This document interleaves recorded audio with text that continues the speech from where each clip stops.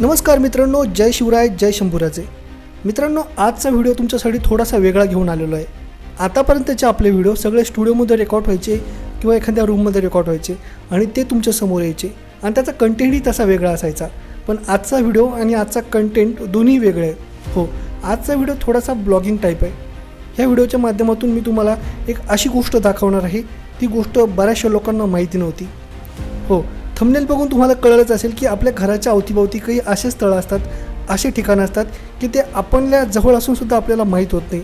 आज अशाच एका स्थळाबद्दल, अशाच एका ठिकाणाबद्दल मी तुम्हाला माहिती देणार आहे. ते ठिकाण एक्सप्लोअर करणार आहे. हे ठिकाण कोणतं, हे ठिकाणात जाण्यासाठी कसं जावं लागतं, हे ठिकाण कुठे पडतं, ही संपूर्ण माहिती ह्या व्हिडिओच्या माध्यमातून मी तुम्हाला देणार आहे. त्यामुळे व्हिडिओ शेवटपर्यंत बघा आणि ही माहिती तुमच्या फार महत्त्वाची असेल, फार कामी येणारी माहिती.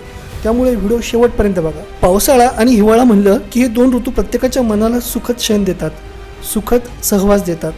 त्याच पद्धतीनं प्रत्येक फोटोप्रेमी आणि व्हिडिओग्राफी करणाऱ्या लोकांना नवीन नवीन ठिकाणी जाण्याची आवड असते.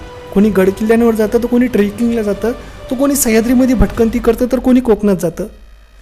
जर अशाच पद्धतीचं वातावरण तुम्हाला तुमच्या अवतीभोवती मिळालं तर किती छान होईल ना. कारण की इतक्या दूरचा प्रवास करून, इतका खर्च करून तुम्ही अशा ठिकाणी जाता. आणि हो, हेही तितकंच खरं आहे की इतक्या दूर जाऊन त्या पद्धतीचा अनुभूतीसुद्धा येते, त्या पद्धतीचा अनुभवसुद्धा येतो. कारण की कोकणाचं आणि सह्याद्रीचं तुलना कोणीच करू शकत नाही. पण त्या बदल्यात त्या खालोखाल का होईना काही असे ठिकाणं आपल्या जवळपास भेटले तर किती चांगलं होईल ना. अशाच पद्धतीचं एक ठिकाण जालना शहराच्या भोवती आहे. ते ठिकाण कुठे आहे ते मी तुम्हाला सांगतो. मी जर तुम्हाला म्हटलं हे जे व्हिज्युअल तुम्ही बघत आहात हे आपल्या जालना शहराच्या जवळचे आहेत.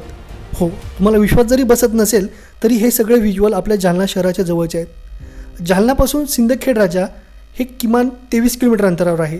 आणि तिथून ह्या पूर्ण बेल्टमध्ये जाण्यासाठी जे व्हिज्युअल तुम्हाला मी सुरुवातीपासून दाखवत आहे, हा पूर्ण एक बेल्ट आहे. जवळपास 10 ते 15 किलोमीटरचा हा बेल्ट आहे.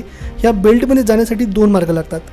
सिंदखेड राजा मार्गे जर गेलं तर तुम्हाला सावखेड तेजन, सुलजगाव ह्या मार्गे तुम्हाला हा बेल्ट भेटतो. अतिशय मनमोहक दृश्य या ठिकाणी तुम्हाला पाहायला मिळेल.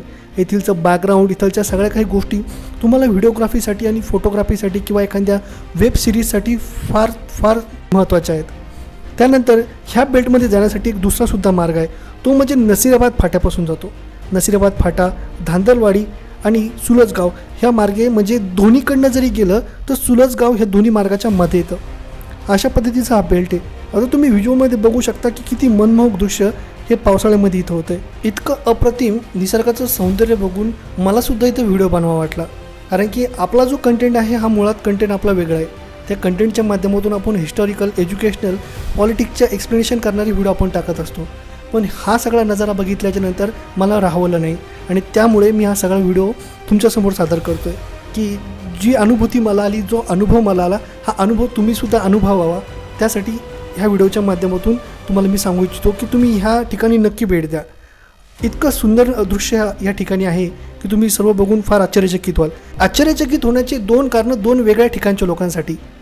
सगळ्यात अगोदर जालन्यातील लोक ह्या दृश्याला बघून किंवा ह्या ठिकाणाला बघून आश्चर्यचकित का होतील की जालन्याच्या अगदी जवळ, म्हणजे जवळपास 23-24 किलोमीटरच्या अंतराच्या जवळ त्यांना हे ठिकाण सहज उपलब्ध होणार आहे.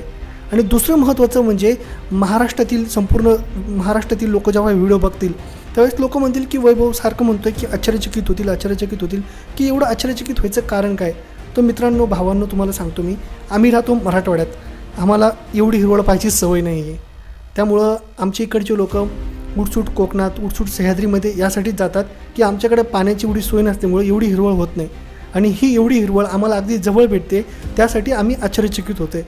तर ही आमच्यासाठी फार मोठी गोष्ट आहे. त्यामुळे ह्या व्हिडिओच्या माध्यमातून मी सारखं तेच म्हणतो आहे की आश्चर्यचकित व्हाल. या ठिकाणी गेल्यावर एक वेगळ्याच प्रकारची शांतताची अनुभूती आपल्याला येते.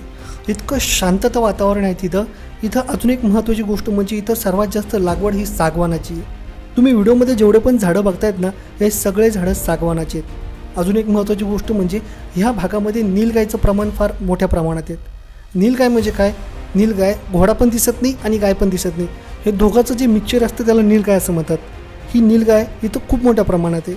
त्यामुळं फक्त काय झाडी, काय डोंगर हे फक्त पश्चिम महाराष्ट्रात सह्याद्रीतच नाही तर आपल्या मराठवाड्यातसुद्धा आहे. तर मित्रांनो, इथं नक्की भेट द्या. तुम्हाला ही जागा खूप आवडेल, हे ठिकाण खूप आवडेल. तर मित्रांनो, तुम्हाला हा व्हिडिओ कसा वाटला आम्हाला कमेंट सेक्शनमध्ये नक्की कळवा. व्हिडिओमध्ये काहीतरी नवीन दाखवण्याचे प्रयत्न केले आहेत. यामध्ये जर काही चूक असेल किंवा यामध्ये जर करेक्शन करायचं असेल तर बिंदास कमेंट सेक्शनमध्ये जा. कमेंट सेक्शन खुलं आहे तुमच्यासाठी. व्हिडिओ आवडल्यास लाईक करा, शेअर करा आणि सबस्क्राईब करायला मात्र विसरू नका. धन्यवाद. जय शिवराय, जय शंभूराजे.